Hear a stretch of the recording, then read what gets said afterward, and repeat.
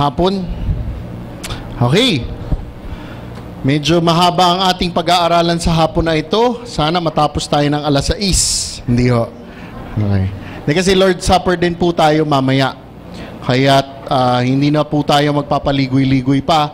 Tayo po ay mag-uumpisa na sa ating pag-aaral. Tayo nasa libro ng Unang Pedro. Kabanata 2, talata 18 hanggang 22. Mari ko po ba kayong anyayahan tumayo lahat? Basahin po natin ang salita ng Diyos.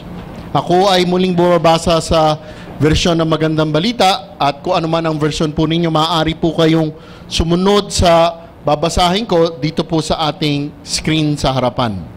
Unang Pedro 2, talata 18 hanggang 22. Mga alipin, magpasakop kayo sa mga nagmamay-ari sa inyo at igalang ninyo sila.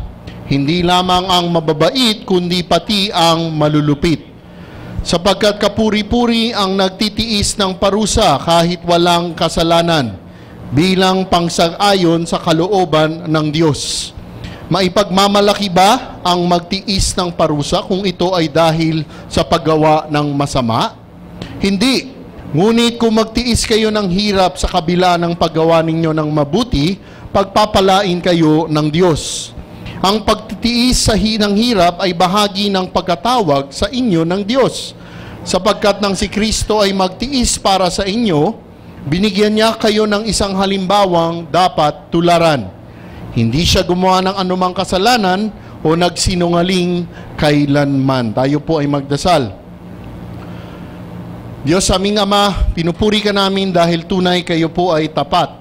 Kayo po ay mapagpala sa amin, kayo ay mahabagin, at Panginoon, kayo ang may hawak ng lahat sa amin. Maraming salamat muli sa hapon na ito. Salamat Panginoon sa pag-iingat po ninyo sa aming pagparito at itong nakaraang linggo. Aming dasal Panginoon muli sa pag-aaral namin ng Unang Pedro. Aming dasal na buksan po ninyo ang aming mga mata, buksan ninyo ang aming mga puso na aming pong maintindihan ito. At di lang po maintindihan, Panginoon, na aming dinarasal na aming maisabuhay ang mga ito. At gayon din, Panginoon, sa inyong pagpapala na aming maibahagi sa iba ito ng tapat. Ako'y nagdarasal, Panginoon, na maging tapat lamang sa iyong banal na salita. Ang lahat na ito ay dinarasal namin sa ngalan ng inyong anak, Panginoong Jesus. Amen. Magsiupo po tayong lahat. Pinamagatan natin ang ating pag-aaral sa hapon na ito, malabas, no? Pagiging alipin, paghihirap at pagpapasakop. Pagiging alipin, paghihirap at pagpapasakop. Bago natin ating pag-aralan ng mga talata na ito, mga kapatid, isang pagbabalik-aral lamang po itong mga pinag-aralan natin itong mga nakaraang linggo. Para ating lubusang maintindihan ang ating sa hapon na itong pag-aaralan. Kailangan po natin alalahanin ang konteksto kung nasaan tayo sa libro ng Unang Pedro. Muli, si Apostol Pedro, sa sulat niya ito ay sumusulat sa mga Kristiyano.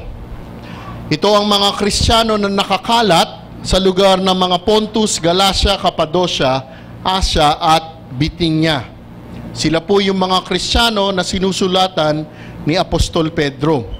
At ang mga Kristiyano na sinusulatan niya po na ito ay dumaraan sa iba't ibang klase ng mga paghihirap, sa iba't ibang klase ng mga pag-uusik. At tayo po ay nakatitiyak na ang mga Kristiyanong sinusulatan po niya ay tiyak na dumaraan sa mga matitinding paghihirap, sa mga matitinding pag-uusig. Kaya't ang ginawa ni Apostol Pedro sa sulat na ito ay sumulat siya para tulungan sila, para palakasin ang mga loob nila. He wrote them to encourage them. At hindi lang po yun. Siya ay sumulat hindi lang palakasin at tulungan ang mga loob nila, ngunit sinusulatan niya sila para ibalik ang tuon nila, ibalik ang pansin nila habang sila ay namumuhay sa kapaligiran nila na hindi kaayo-ayo sa kanila. Kasi ho, di ba, ang mga Kristiyano na ito ay dumaraan sa mga problema, dumaraan sa mga pag-uusig. Habang dumaraan sila dito, sila ay nasa gitna ng kapaligiran nila na hindi kaayo-ayo sa mga Kristiyano. Kaya't ang ginawa kaagad dito ni Apostol Pedro ay pinalalakas ang loob nila. Paano niya ginawa ito? Unang ginawa niya, pinaalala niya na sila ay mga pinili. Sila ay mga chosen. Sila ay mga elected. Kung naalala niyo kaagad dun sa Kabanata 1, they were chosen. At hindi lang po yun. Ipinaalala kaagad ni Apostol Pedro ang napakatindi ng katotohanan ng kanilang kaligtasan. Hindi lang sila espesyal na mga tinawag, mga pinili, ngunit hindi nagtapos doon. Ipinaalala sa kanila kung ano ang ginawa ng Panginoong Diyos sa pagkakaligtas sa kanila. Kaya't matapos gawin ito ni Apostol Pedro, pagdating sa unang Pedro, Kabanata 2, talata 9, ano ang sinabi ni Apostol Pedro? Ngunit kayo ay isang lahing pinili, grupo ng mga maharlikang pari, isang bansang nakalaan sa Diyos, bayang pag-aari ng Diyos upang magpahayag ng mga kahangahangang ginawa niya. Siya ang tumawag sa inyo mula sa kadiliman patungo sa kanyang kahangahangang kaliwanagan. Ano po ang sinabi dito ni Apostol Pedro? Sila ay mga espesyal na mga tao. Bakit? Dahil sila ay mga lahing pinili, grupo ng maharlikang pari. Sa English nga, a royal priesthood set apart for God. At nang sinabi sa kanila ito, importante ang talata na nakalagay dito sa unang Pedro, talata 9. Ano sinabi? Upang magpahayag ng mga kahangahangang ginawa niya.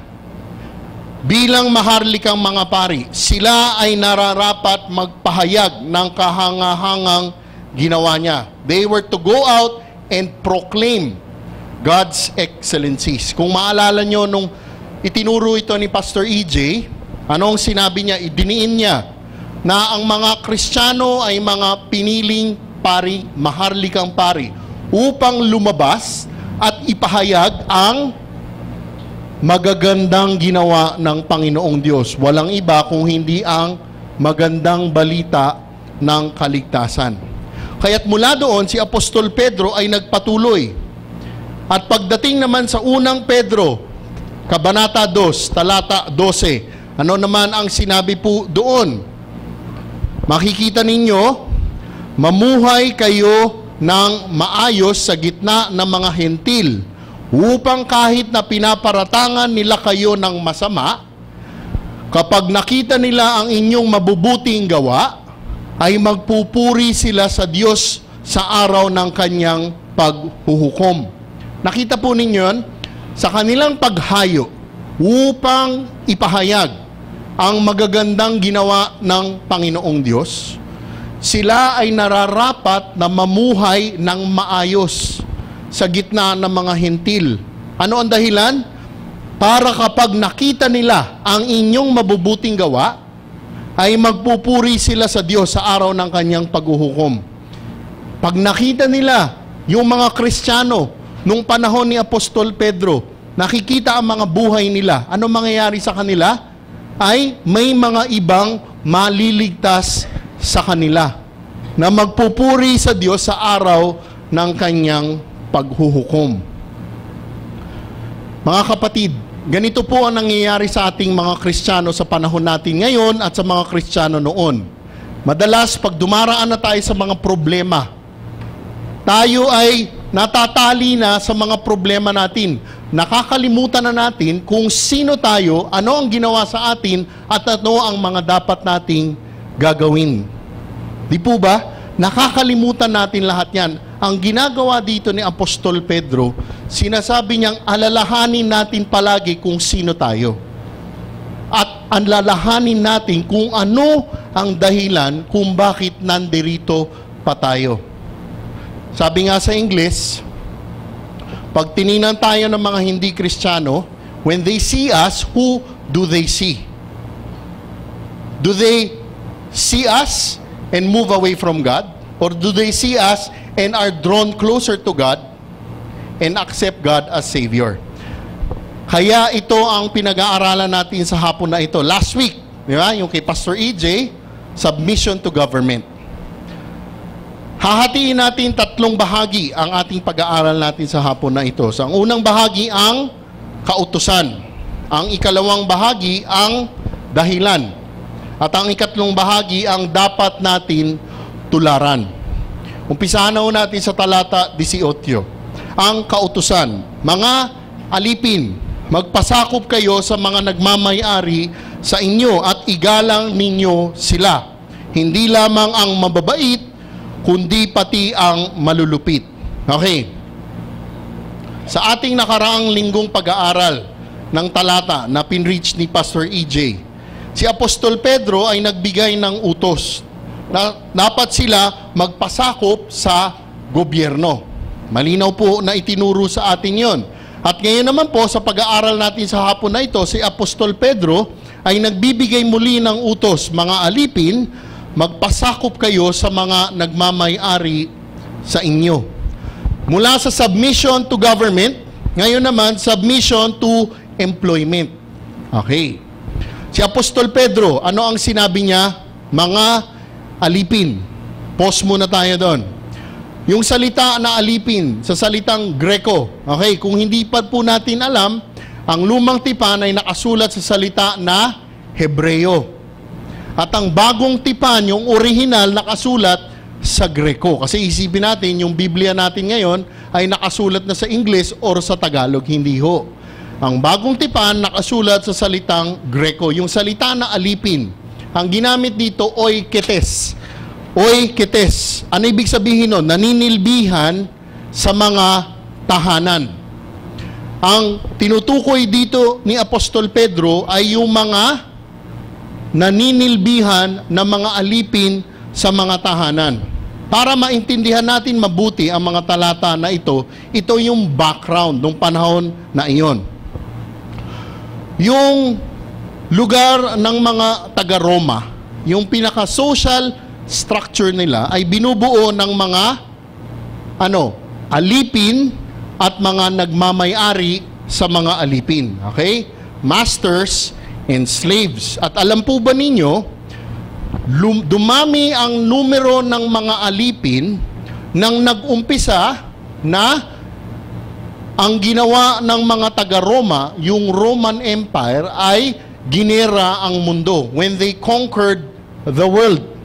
At dahil napakalakas ng grupo ng mga taga-Roma, tuwing nananalo sila, nagkakaroon sila ng maraming tinatawag, POW sa English. Ano yun? Prisoners of war. Marami silang mga natatalo na lugar, kaya't dumadami yung kanilang prisoners of war. Ano ginagawa dyan sa mga nahuhuli nila yan? Yung mga nahuhuli niyan ay ginagawa nilang mga alipin. Okay, yung mga prisoners of war, ginagawang mga alipin, ginagawa na mga slaves. Kaya nga napakaraming mga alipin nung panahon nung mga isinulat ito. Ngayon, ito ang background sa mga alipin nung panahon na yon. Kasi baka iisipin natin, yung mga alipin ay talagang yung mga talagang hindi maayos ang pagkakatrato. Tandaan natin mga kapatid, may mga alipin na mahal nung mga nagmamay-ari sa kanila. May mga alipin na malapit sa mga nagmamay-ari sa kanila. Ngunit mayroon ding mga alipin na minamaltrato ng mga nagmamay-ari sa kanila.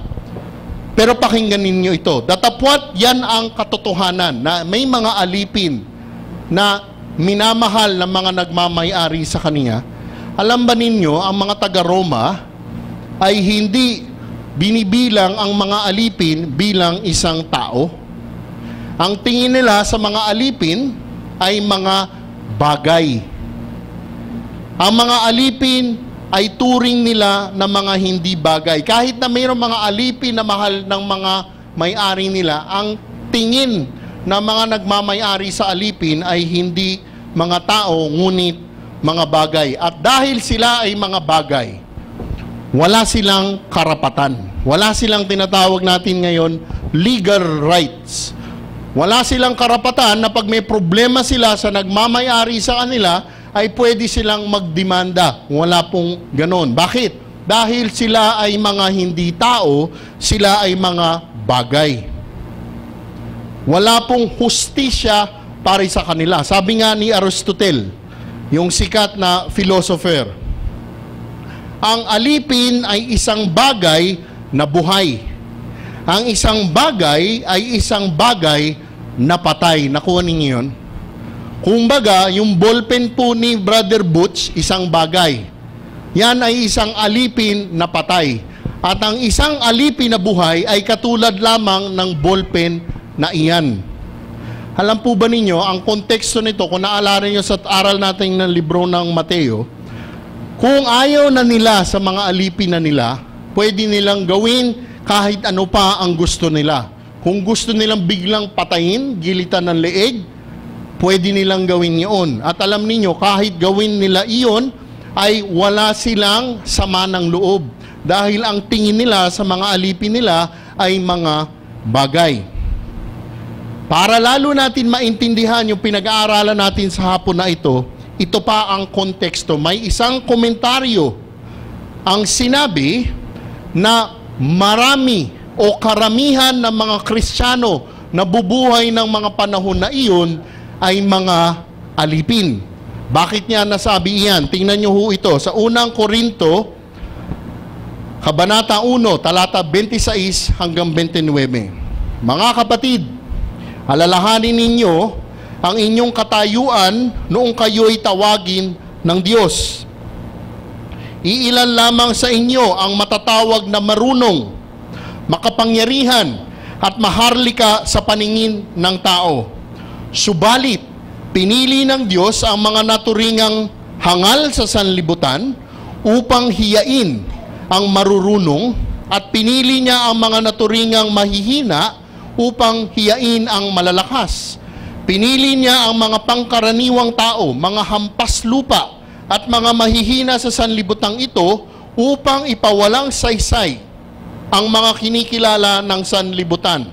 Kaya't walang sino ang makapagmamalaki sa harap ng Diyos.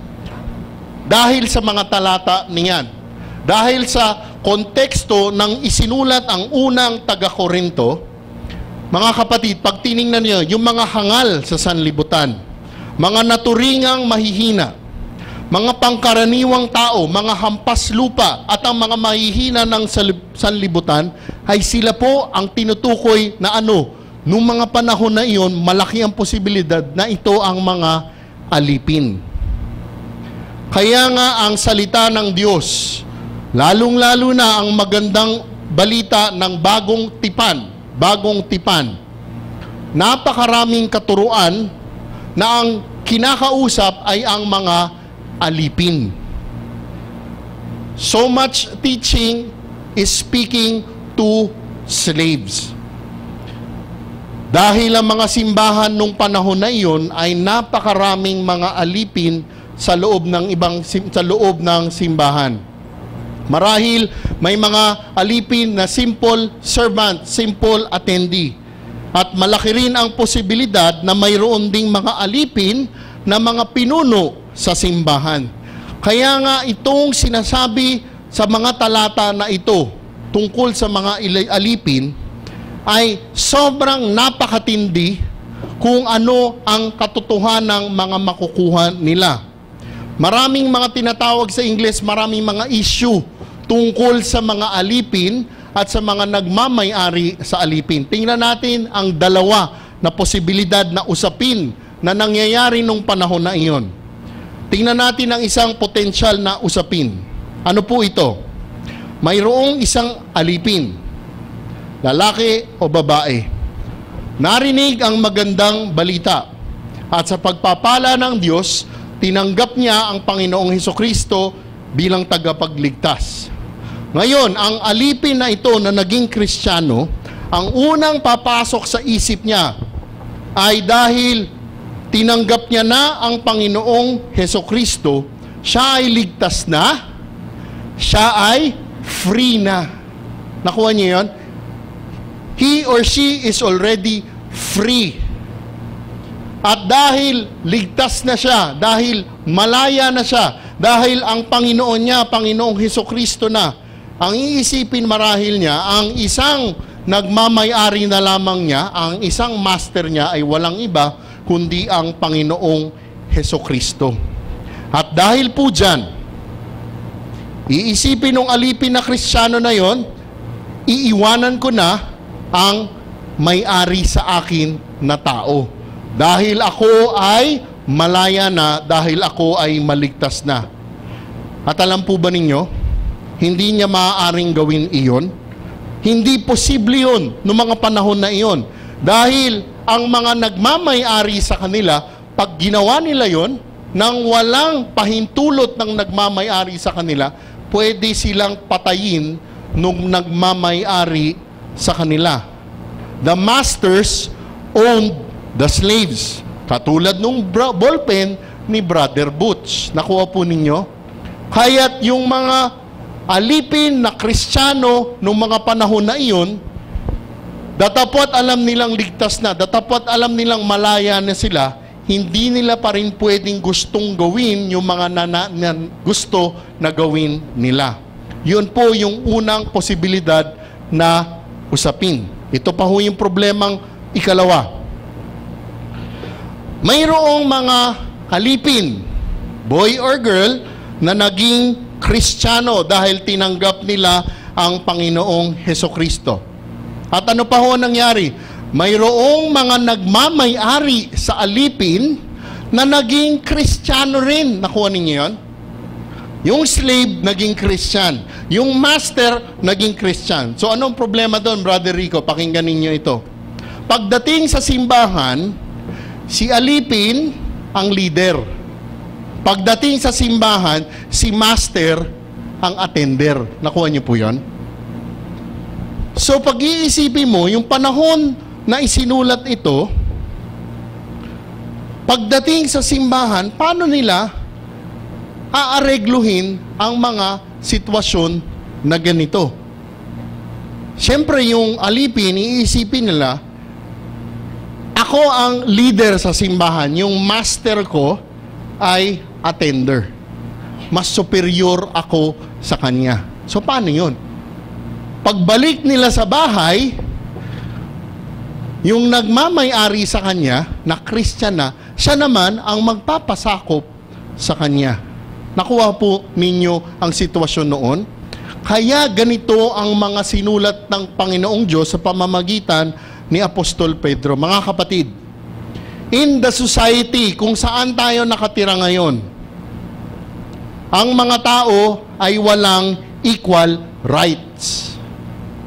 Ulitin ko, sa society natin ngayon, people don't have equal rights. Sinabi nga ni Pastor John MacArthur, hindi ko ma-translate sa Tagalog kasi i-quote ko lang siya. Pakinggan ninyo ito, dadahan-dahanin ko na lang.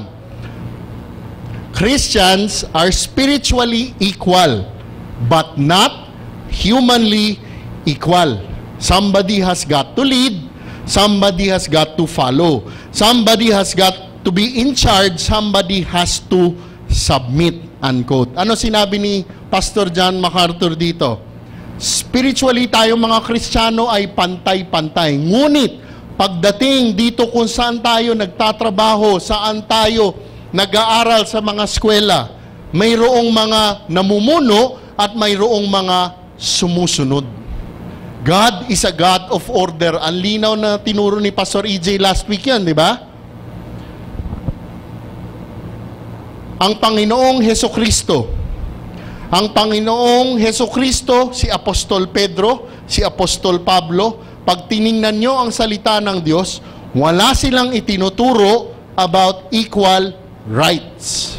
Pero pag tiningnan mo ang mundo natin ngayon, di ba, lahat ng klaseng right meron. Human right, animal right, left and right, no? Pero pag tiningnan nyo ang unang taga-Korinto, talata 7:21, ano nakalagay? Ikaw ba'y isang alipin nang tawagin ka ng Diyos? Huwag mong intindihin iyon. Sinabi to ni Apostol Pablo. Ngunit kung may pagkakataon kang maging isang malaya, samantalahin mo. Ano sinasabi dito ni Apostol Pablo? If you're a slave, don't be bothered about it. Kasi ang iisipin ng mga alipin noon, Christian ako, iba na ang nagmamay-ari sa akin, iba na ang master ko. Sabi ni Apostol Pedro, huwag mong iisipin iyon. Pero kung maliligtas ka, mapapalaya ka, okay din kung mapapalaya ka. Masters and slaves. Ang mga alipin at nagmamay-ari sa alipin work well in the church. Wala pong problema iyon noon at dapat walang problema ngayon. Meron nga ako ina-attendan na isang Bible study. Yung attendee, kung hindi ako nagkakamali, susunod sa pangulo ng isang napakalaki na telecom company. Sobrang laki, sobrang bossing talaga yon. Walang-wala yung bossing na kilala ninyo. No? Pag lumabas yon, sobrang ganda ng kotse niya, attendee siya. At yung pinaka-leader niya ay isang napaka-humble na empleyado sa isang napakaliit na kumpanya. Pero may problema ba silang dalawa? By God's grace, wala. Kahit na sobrang taas ng pwesto nung isa at hindi ganon kataas ang pwesto nung isa, ano ang ginagawa nung napakataas na vice president yata ng telecom company? Wala. He is very humble and submissive. Kaya nga, sa social structure po natin mga kapatid, wala pong itinuturo ang salita ng Diyos na lahat ay may equal rights. Ngunit pagdating sa ating spiritual well-being, Galatia 3:27 hanggang 28, ang buhay mismo ni Kristo ang isinuot sa inyo na parang damit nang kayo'y mabautismuhan sa Kanya. Wala nang pagkakaiba ang Hudyo at ang mga Griego, ang mga alipin at mga malaya, ang lalaki at babae. Kayong lahat ay iisa na dahil sa inyong pakikipag-isa kay Kristo Jesus. By God's grace, all Christians are spiritually equal. However, when we go back sa mga trabaho natin, sa mga eskwelahan ninyo, we are commanded to submit. Kaya tayo'y bumalik sa ating talata 18 ng 1 Peter chapter 2, mga alipin, magpasakop kayo sa mga nagmamay-ari sa inyo. Oikites, alipin, household slaves and servants. Marami po nung panahon na iyon ay mga tinatawag na household slaves. Pero meron ding mga alipin na nasa mga malalaking lugar. Alam ba ninyo yun? Dahil mga prisoners of war ito, itong konteksto, ganito katindi ito Siyempre, yung mga Romano, ginera ang isang lugar. At natalo yung isang lugar. Paano kung yung natalo nila, nahuli nila, doktor, by God's grace, na katulad ko? Pagdating sa Roma na yon, hindi na yung doktor. Nakuha nyo? Ganon ang tindi ng konteksto ng pinag-aaralan natin ng hapon na ito. Ano sinabi? Mga alipin, magpasakop kayo sa mga nagmamay-ari sa iyo. Submit. Kanino? Mga nagmamay-ari sa inyo. Sa English, master. Sa Greko, ang tawag dyan, despotes. Sa English nung despotes, despot. Pag nakarinig ka ngayon ng salita sa English na despot, medyo napakatindi ng salita na ito. Ano ibig sabihin ng despotes? Ang pinapakita nito ay lubusang kapangyarihan sa iyo ng nagmamay-ari sa inyo. Kaya nga, ang tingin ng mga Romano sa alipin, mga bagay. Ganoon ang mga tinatawag na master na mga slaves. Mga alipin, magpasakop kayo sa mga nagmamay-ari sa inyo. Ano pa ang sinasabi ng mga talata na ito? Yung pagpapasakop, yung pagiging submissive, continuous, yun ho yung grammar na ito. Hindi yung ngayon okay, bukas hindi. Hindi ho. Be submissive. Tuloy-tuloy na nagiging magpapasakop kayo. They must be submissive to those who own them. Ano pa ho ang sinabi? Paano nila gagawin ito? Mga alipin, magpasakop kayo sa mga nagmamay-ari sa inyo, igalang ninyo sila. Servants, be submissive to your masters with all respect. Paano nila gagawin ito? Dapat tama ang damdamin at puso nila. Igalang ninyo sila. Sa King James, kung King James ang mga Bible ninyo, yung salita na with all respect, igalang ninyo sila, ang ginamit dito, with all fear. Okay? Kung may King James kayo dyan, ang nakalagay, with all fear. Yung salitang Greko nung with all fear, phobos. Kung saan nanggaling yung salita na phobia. Kaya't sila ay magsasubmit with all respect or with all fear. Ang tanong, anong takot ang binabanggit ng salita na fear? Ito ba ay takot sa mga nagmamay-ari sa kanila? Personal po ako naniniwala at sinasabi rin na maraming komentaryo, yung takot na ito ay hindi takot sa tao, ngunit takot sa Panginoong Diyos. Tingnan po ninyo ang chapter 1 ng unang Pedro, verse 17. Walang itinatangi ang Diyos. Pinapahalagahan niya ang bawat isa ayon sa mga ginawa nito. At dahil tinatawag ninyo siyang Ama, igalang, with all fear, igalang ninyo siya habang kayo'y nabubuhay.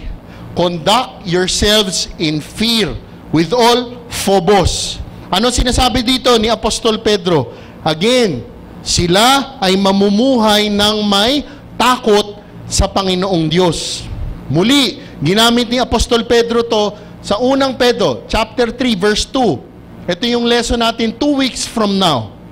Sapagkat nang makita nila ang inyong makadiyos at malilinis na pamumuhay, sa English, as they observe your chaste and fearful behavior. Muli, ginamit ni Apostol Pedro yung salita na phobos. Ano ang sinasabi niya rito? With the fear of God. Kung papansinin ninyo, pag ginamit ni Apostol Pedro yung salita na phobos, fear, ang nasa isip niya ay in the fear of God. Kaya tayo ay magpapasakop sa mga nag-aalipin sa atin with all due fear to God. Anong sinasabi nito? Ito ay segundo por segundo, minuto por minuto, ora per ora, na kailangan iginagalang natin yung mga nagmamay-ari sa atin. Naintindihan, baka kasi ang iniisip nyo ngayon, yung nagmamay-ari, wala namang nagmamay-ari sa akin. Ano ito sa lingwahe natin ngayon? Yung mga boss natin, yung mga bisor ninyo, yung mga manager ninyo, yun ang sinasabi po sa mga talata na ito. Tingnan natin ang mas malalim ang itinuturo dito. Buksan ninyo sa Efeso 6, talata 5 hanggang 8. Sino sumulat ng Efeso?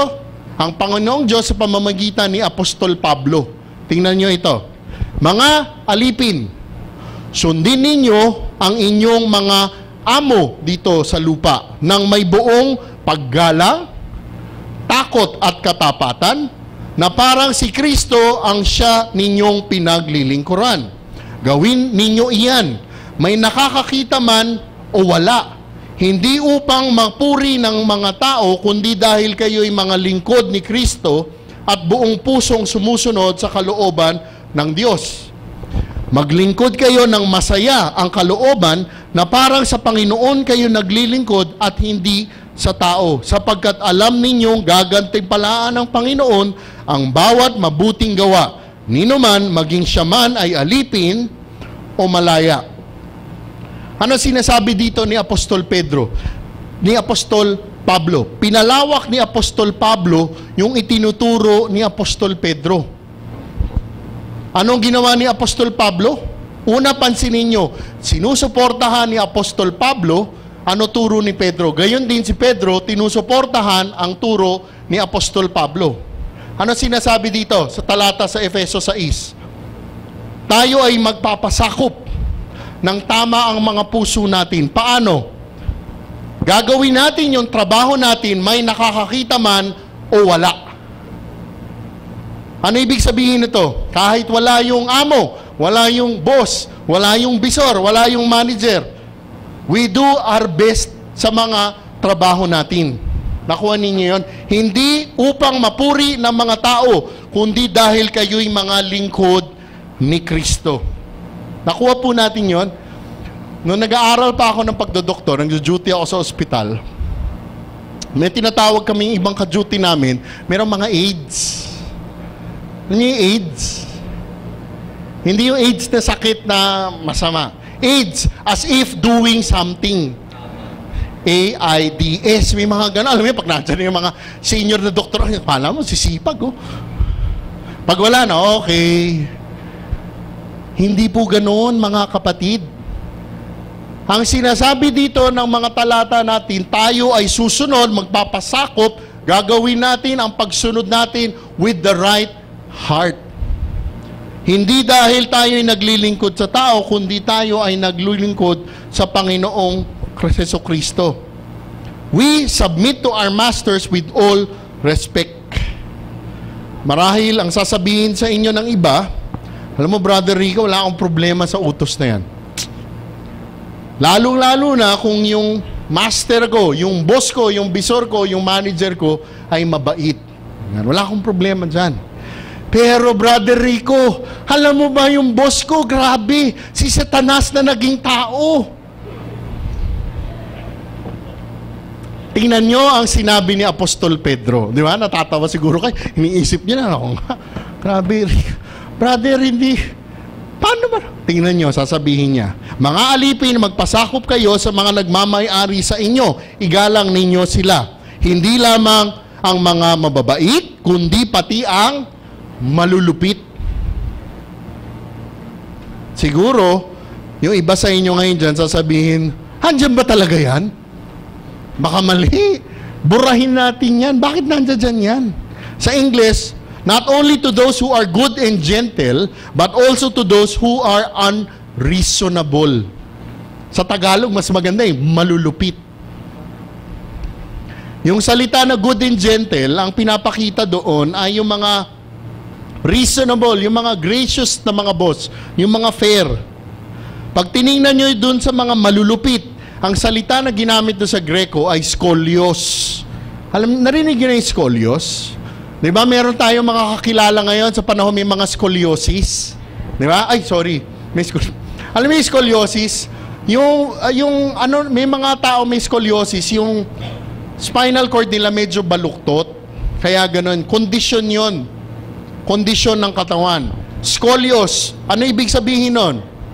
Mga baluktot. Mga hindi gentle. Sila ay unfair. Sa English, ang translation ito yung mga malulupit, yung mga mararahas, yung hindi mga matitino, hindi mababait. Ngunit ano sinabi dito ni Apostol Pedro? Datapwat, sino pa ang nagmamay-ari sa inyo? Datapwat, sino pa ang bisor mo? Sino ang manager mo? Sino ang teacher mo sa mga students dito? Ano sinabi dito? Kayo ay magpasakop. Tayo ay magpasakop sa mga nagmamay-ari sa inyo. Hindi ko alam kung paano inyo tinatanggap ang turo na ito. Muli, ang konteksto nung isinulat ito ni Apostol Pedro ay ganito. Sa ngayon, sa panahon natin, kung ayaw na natin yung boss natin, yung bisor, yung manager natin, anong gagawin? Resign. Di ba? Ganon tayo. Ayoko. Resign. When effective, kahapon. Di ba? Ganon tayo. Anong konteksto nung isinulat ito? Hindi ganito nung panahon ni Apostol Pedro. Bakit? Wala silang option, wala silang choice. Dahil ang mga nagmamay-ari sa kanila ay may-ari sa kanila. Hindi sila pwede, ayoko na sa'yo. Dadalhin niyo yung damit niya, alis. Hindi po. Wala silang ganoon na pagkakataon. Pag ginawa nila yon, ano tawag sa kanila? Runaway slave. Ano ang gagawin sa kanila? Papatayin sila. They had no option like that. Hindi katulad ngayon. Kaya nga, ano sinasabi dito sa mga talata na ito? Kung ano man ang nagmamay-ari sa iyo, kung ano man ang boss mo, bisor mo, manager mo, kung ano man ito, ano ang turo, magpasakop tayong mga Kristiyano. Bago pumunta tayo sa ikalawang dibisyon, mayroon po akong ilang tanong sa inyo. Sa paanong paraan naglalaban ang loob natin sa kautusan na ito? In what way are we struggling? Paano ba naglalaban ang loob natin? Hindi ko alam kung ano ang dinaraanan nyo ngayon. No, Brother Butch, no? Tayo ba ay susunod? O tayo ay hindi susunod? Ito pa ang tanong. Sa paanong paraan kaya tayo pinadadaan ng Panginoong Diyos sa mga sitwasyon na ganito para turuan tayo, para italaga tayo, or para maligtas ang ibang tao sa mga opisina ninyo? Kaya ko sinabi kanina yung we are to proclaim His excellencies, di ba? Sinabi ko rin kanina na binasa natin ang dahilan ng paglabas natin ay para yung ibang taong makakakita sa atin ay maaaring maligtas dahil sa mga ginagawa natin. Naisip mo na ba na pag meron kang ganong bisor, manager, boss o kung ano man, na kaya ka nilagay ng Panginoong Diyos ay para makita ka ng ibang tao at dahil pag nakita ka nila, ang sasabihin nila, kakaiba tong mga Kristiyano na ito. Bakit sila ganon? Then they ask about Jesus. Alam mo ang problema, minsan yung mga Kristiyano pa ang nangunguna na maggawa ng problema. Di ba? Yun ang nakalulungkot dun eh. Kaya nga mga kapatid, ano ang maaaring maipagdasal natin? Upang makasunod tayo at upang makapagpasakop tayo dahil ito ang inuutos sa atin ni Apostol Pedro na utos ng Panginoong Diyos sa atin. Nakuha po natin yun. Kaya kanina, ang kautusan. Ngayon, ibibigay ikalawang dibisyon ang dahilan. Matapos ibigay ni Apostol Pedro ang utos na ito, ano ang sinabi ni Apostol Pedro? Kung bakit natin dapat ginagawa ito. Verse 19, sapagkat kapuri-puri ang nagtitiis ng parusa kahit walang kasalanan bilang pagsang-ayon sa kalooban ng Diyos. Meron ako sa English, wala yata sa PowerPoint. For this finds favor, if for the sake of conscience toward God, a person bears up under sorrows when suffering unjustly. Ano ibig sabihin nito? Sapagkat kapuri-puri ang nagtitiis ng parusa. Pag tayo ay nagpapasakop sa mga nagmamayari sa atin, maging gentleman sila o maging mga malulupit man sila, ano ang sinasabi ng talata? Ito ay kapuri-puri. Sa English, this finds favor. Ano yung this finds favor? Pag tinignan niyo yung salita na favor, sa Greko yun, charis. Ano yun? Grace. Sa King James, ang sinasabi, this is thanksworthy. Ano ang sinasabi ng talata na ito? In not so many words. Kapag sumunod ka sa utos na ito, alam mo ba ang sinasabi ng talata na ito? Ang Panginoong Diyos ay nagpapasalamat sa iyo. This is thankworthy. Dahil alam mong ito ang utos ng Panginoong Diyos. Dahil alam mo ito ang kalooban ng Panginoong Diyos. Ginawa mo, sinunod mo, ang Panginoong Diyos ay nagpapasalamat sa iyo. Wow! Parang makita ko to. Yun ang pagkakasulat sa Greko eh. God is thankful when we obey and we submit. Grabe yun ano.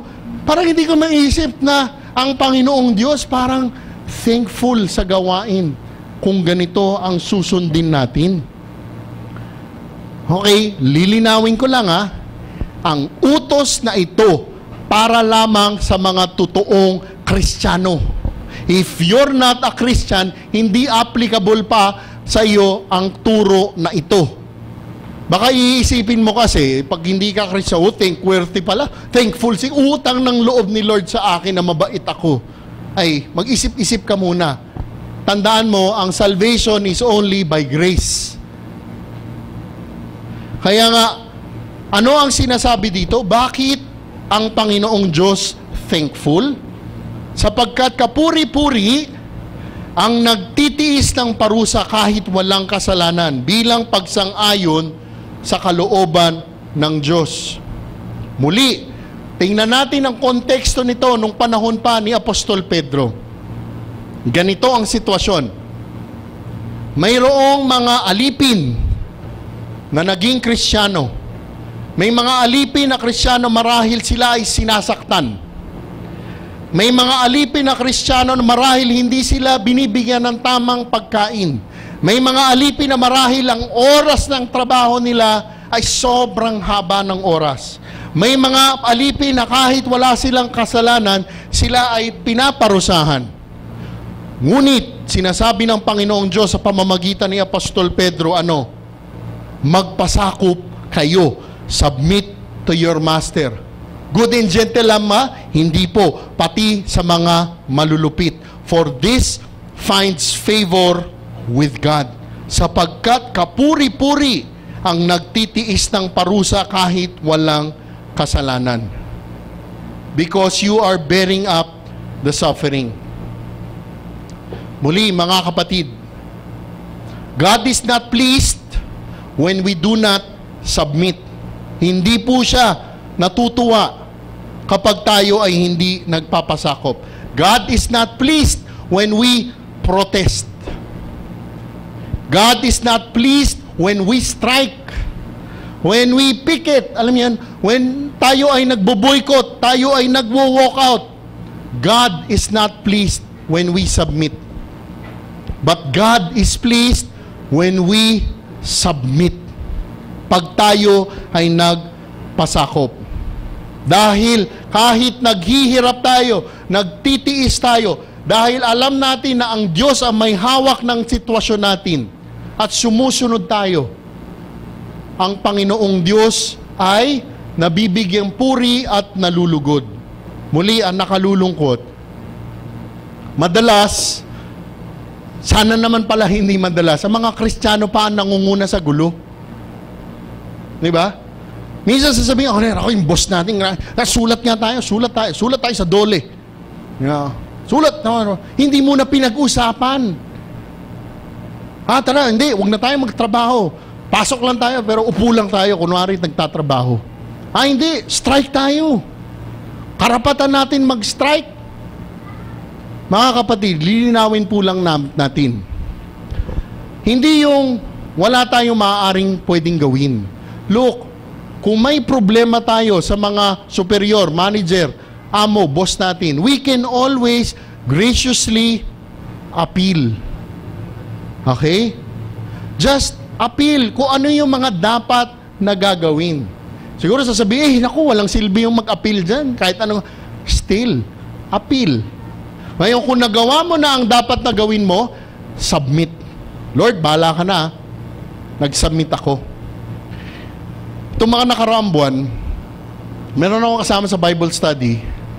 Tuwing Biyernes ng gabi na nakikita kami, sabihin niya sa akin, bro, yung boss ko, grabe. Hindi ko alam. Sobrang tindi. Papasok 4:00 ng hapon. Tapos, lahat ng mga ginagawa namin is sinasantabi. Yung bibigay niyang trabaho na ginawa niya, alam namin, sobrang sablay, sobrang palpak. Sa ano gagawin ko, bro? Sabi niya na gano'n. Isip ako. Di ba?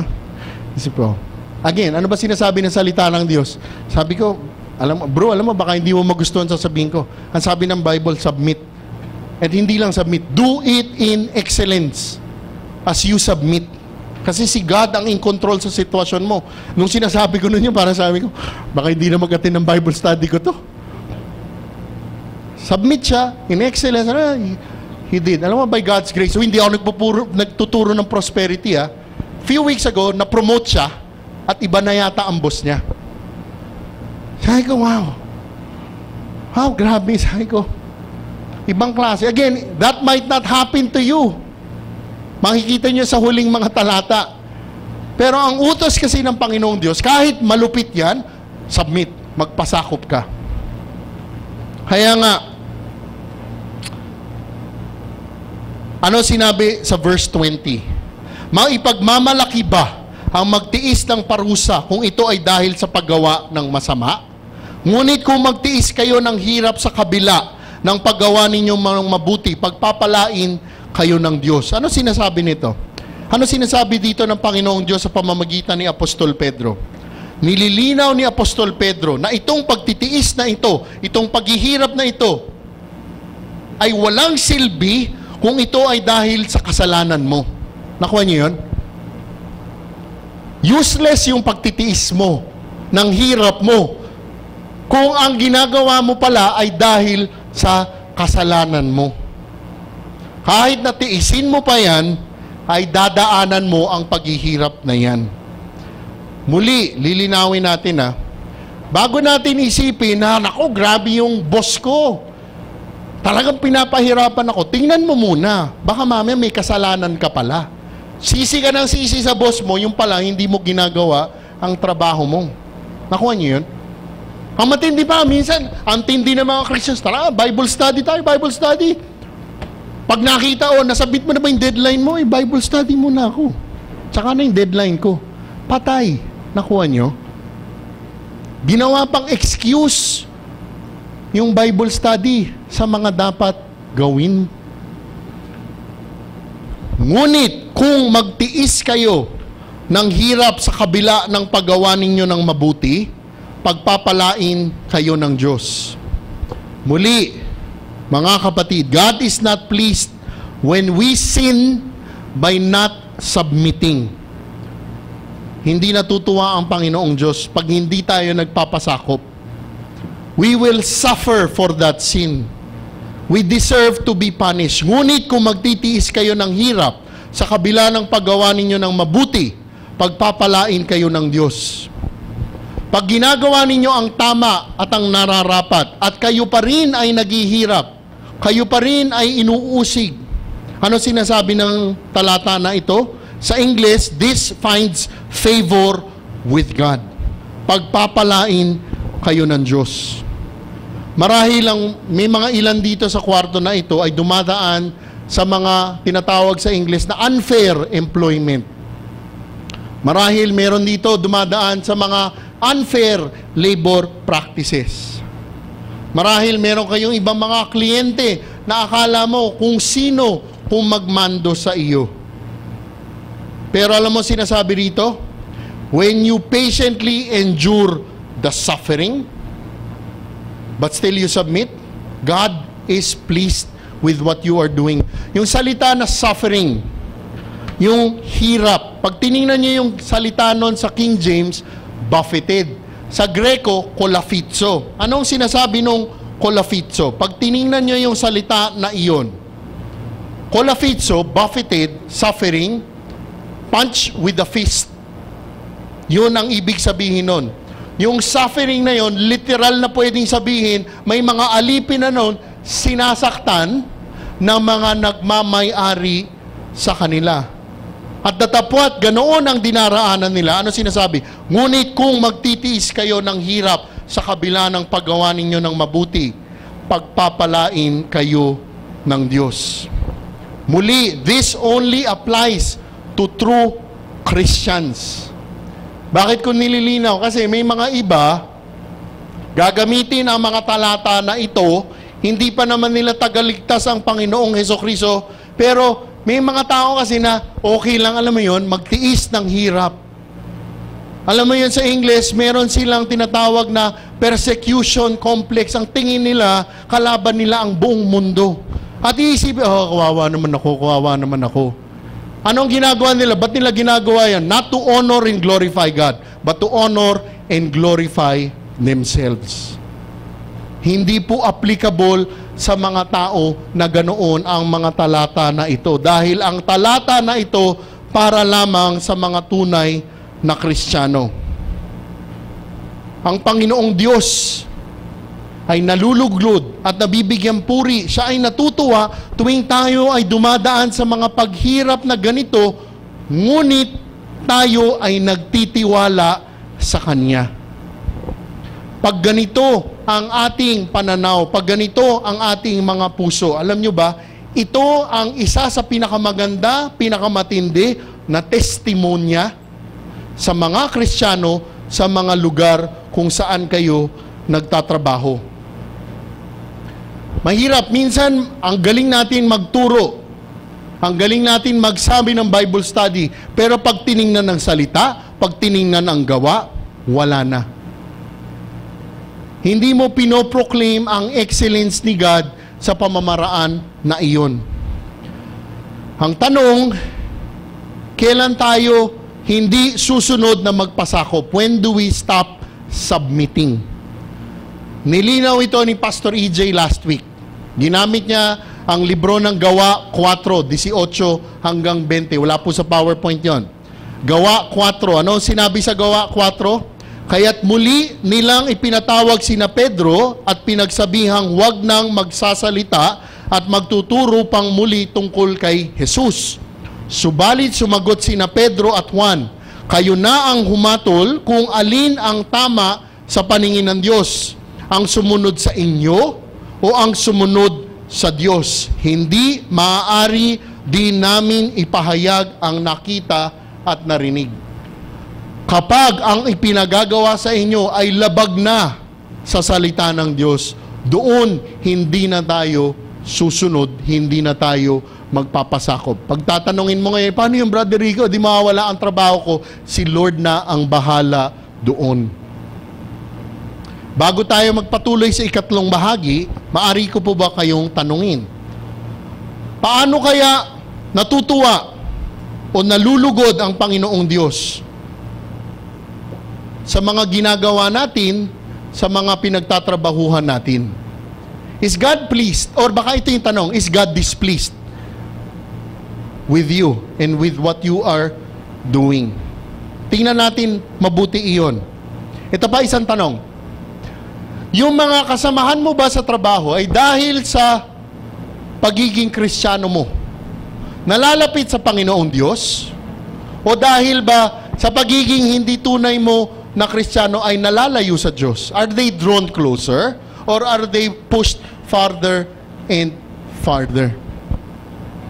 Kaya nga, ano ang maaaring ipagdasal natin upang tayo ay makasunod sa utos na ito? Kahit ano pang paghihirap ang daraanin ninyo. Ikatlong division, ang dapat natin tularan. Ang pagtitiis ng hirap ay bahagi ng pagkatawag sa inyo ng Diyos. Sapagkat nang si Kristo ay magtiis para sa inyo, binigyan niya kayo ng isang halimbawang dapat tularan. Sa English, ang ginamit dito, called. Ang pagtitiis ng hirap ay bahagi ng pagkatawag sa inyo. Ano ibig sabihin nito? It's also like saying, you have been chosen, you have been elected, you have been set apart. Tinawag ka, pinili ka para sa ganito. Ano sinasabi nito?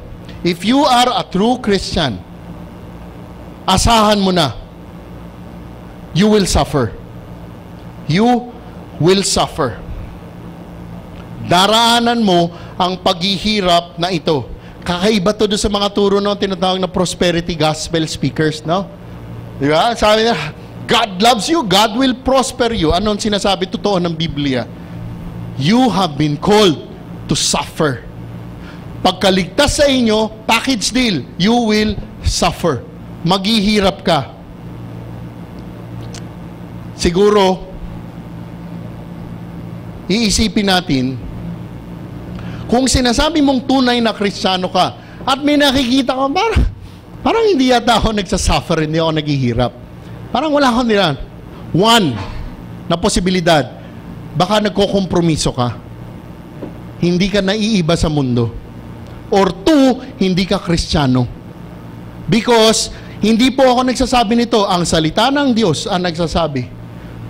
Ang pagtitiis ng hirap ay bahagi ng pagkatawag sa inyo ng Diyos. Again, this passage is only applicable to true Christians. Kaya nga, tingnan muna natin mabuti mamaya Lord's Supper. Assess, Savior na ba talaga natin si Kristo? Pero ganito naman, baka isipin nyo, di ako nagsasuffer, parang wala akong dinadaanan na pag-uusig. Baka paglabas yan, maghanap ka ng suffering. Hindi ho ganun yun. Okay? Hindi ho ganun yun. Siguro tatanungin nyo, bakit ganito ang turo dito? Bakit ganito ang sinasabi dito? Tandaan ninyo ito.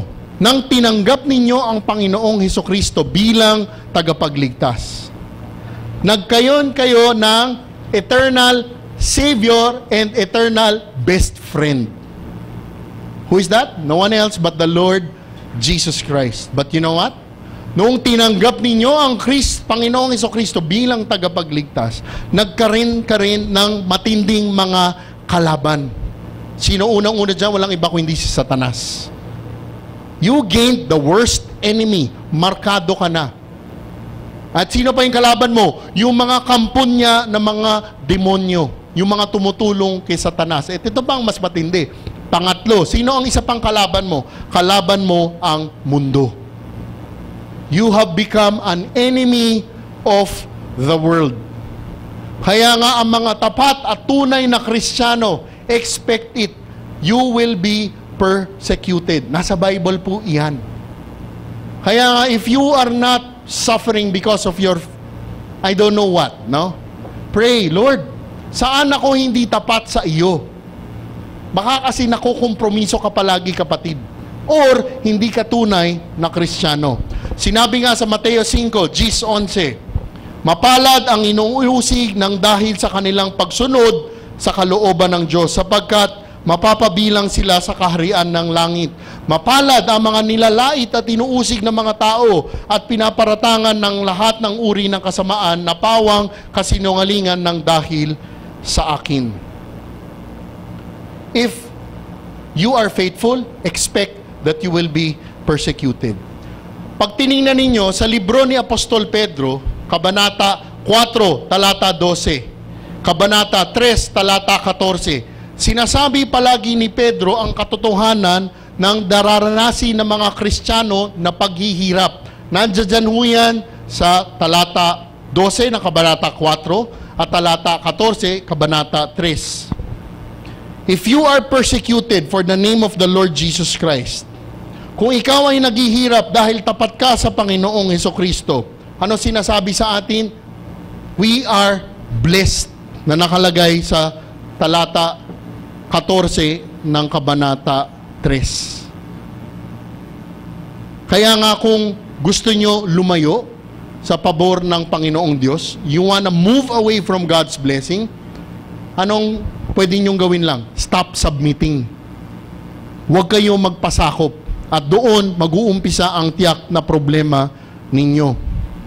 Ang pagtitiis ng hirap ay bahagi ng pagkatawag sa inyo ng Diyos, sapagkat nang si Kristo ay magtiis para sa inyo, binigyan niya kayo ng isang halimbawang dapat tularan. Hindi siya gumawa ng anumang kasalanan o nagsinungaling kailanman. Ano po ang sinasabi dito, mga kapatid? Datapwat ang Panginoong Hesukristo ay anak ng Diyos. Datapwat ang Panginoong Hesukristo ay walang kasalanan. Datapwat ang Panginoong Hesukristo ay pinagaling ang mga may sakit ng panahon na iyon. Datapwat ang Panginoong Hesukristo, niligtas tayo sa mga kasalanan natin. The Lord suffered. He suffered. At kung ang Panginoon Hesukristo ay naghirap, gayon din tayo tiyak na maghihirap. Kaya nga't ang sinabi dito, sapagkat nang si Kristo ay magtiis para sa inyo, binigyan niya kayo ng isang halimbawang dapat tularan. Ang paghihirap ng Panginoong Hesukristo ay hindi lamang para iligtas tayo. Ngunit ang paghihirap ng Panginoong Hesukristo ay naging ehemplo para sa ating mga Kristiyano. Sabi nga dito, yung salita na ito, example, hupogramos. Ano yung Greko na salita na ito? Nung bata ako, pag nag-drawing yung kuya ko na maganda, para gayahin ko yung drawing niya, kukuha ako nung tinatawag na onion paper. Yung kita ko, patong ko, dodrawing, gagayahin ko. Ganun ho itong hupogramos.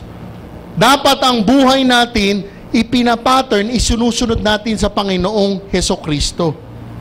Hindi siya gumawa ng kasalanan o nagsinungaling kailanman. Datapwat naghirap siya, nag-iwan siya ng mga bakas na pwede nating sundan. Ano ang sinasabi dito? Yung mga yapak niya, yung mga ginawa niya, yung buhay niya, yun ang ating susundan. Kaya nga mga kapatid, datapwat naghirap siya, hindi siya nagkasala. Aking tanong sa inyo, tuwing dumaraan kayo sa paghihirap dahil sa pagiging tapat ninyo, tuwing marahil maghihirap kayo dahil sa katapatan ninyo, kanino nakatuon ang pansin ninyo? Kanino nakatuon? Nakatuon ba sa sarili mo lang o nakatuon sa Panginoong Hesukristo? Sino ang ehemplong sinusundan mo? Nagtataka ba kung minsan dahil kahit na magpasakop ka, lalong naghihirap ka? Dahil sa tapat mo sa Panginoong Hesukristo, nag-iisip, Lord, ba't parang hindi nangyayari yung dapat mangyari? Huwag ka mag-alala. Sinabi mismo ng salita ng Diyos po yun. Kaya nga, ano ang maaring mapagdasal natin? Upang datapwat sa mga problema, pagsubok at paghihirap na dinaraanan natin, dahil sa pagpapasakop natin, ano ang maaaring idasal natin upang tayo ay maging tapat at masunurin sa mga utos sa atin? Muli, sa ating pagtatapos, sinabi nga ng Mateo 28, tayo ay kailangan humayo upang gumawa ng mga disipulo. We are to make disciples. We are to proclaim His excellencies. Kung ano man ang dinaraanan natin, idasal natin, Lord, bakit mo ko pinadaraan sa mga sitwasyon na ganito? Imposible, Lord, na hindi mo gagamitin ito. Kaya nga't, Lord, tulungan mo ako na sumunod at maging tapat sa iyo. Sa ating pagdarasal, mga kapatid, before we go to our Lord's Supper, no, let's spend siguro 1 or 2 minutes. Let's assess. Tingnan natin ang mga puso natin. Lord, alam ko sa sarili kong lakas, hindi ko kayang gawin ito. Kaya nga, dumudulog ako sa inyo, tulungan mo ako, Lord. Tayo ay magdasal. Panginoon, pinupuri ka namin dahil tunay kayo po ay tapat. Kayo po ay mahabagin. Kayo ay mapagpala sa amin. At Panginoon, kayo ang may kapangyarihan sa amin. Aming dasal, Panginoon, na sa mga pagkakataon na ganito, alam namin sa sarili namin lakas, hindi namin magagawa ito. Kaya't kami ay dumudulog sa inyo. Lord, tulungan mo kami na masundan ang utos na ito. Kahit ano pa ang hirap na daranasin namin, kahit ano pa ang mga pagsubok na haharapin namin. Dahil sinabi ninyo, Panginoon, dinarasal namin na sana kami ay makasunod sa inyo. At sa ilang minuto na idudulot namin, Lord, please, search our heart, reveal to us, Lord, kung ano ang mga dapat namin baguhin. Marahil kami ay hindi nagpapasakop, kami ay hindi sumusunod. Siguro minsan panlabas sumusunod kami, pero sa loob hindi kami sumusunod. Lord, kami ay humihingi ng tawad sa inyo. At gayon din, Panginoon, kami ay hihingi ng lakas na galing lamang sa iyo.